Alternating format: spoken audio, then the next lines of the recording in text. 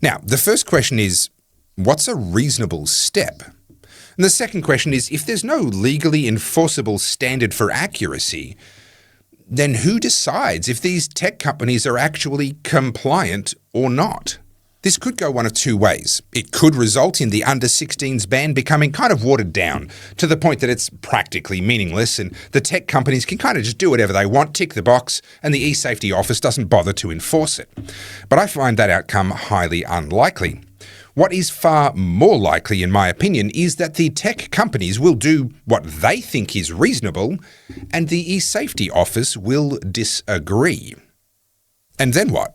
If there's no legally enforceable standard for accuracy and if there's no definition of what constitutes reasonable steps, well, then there's no target for the tech companies to aim at, to comply with, to hit. And there's no measure for the eSafety Office to use to consistently determine whether they are compliant or not. So, if the tech companies say they've complied, they've taken reasonable steps, and the eSafety Commissioner, Julie Inman-Grant, says, no, you have not, then what?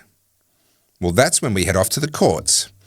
Because just because there's no legally enforceable standard for accuracy doesn't mean that there aren't going to be lawsuits. And in my opinion, in this case, I think that's actually ideal.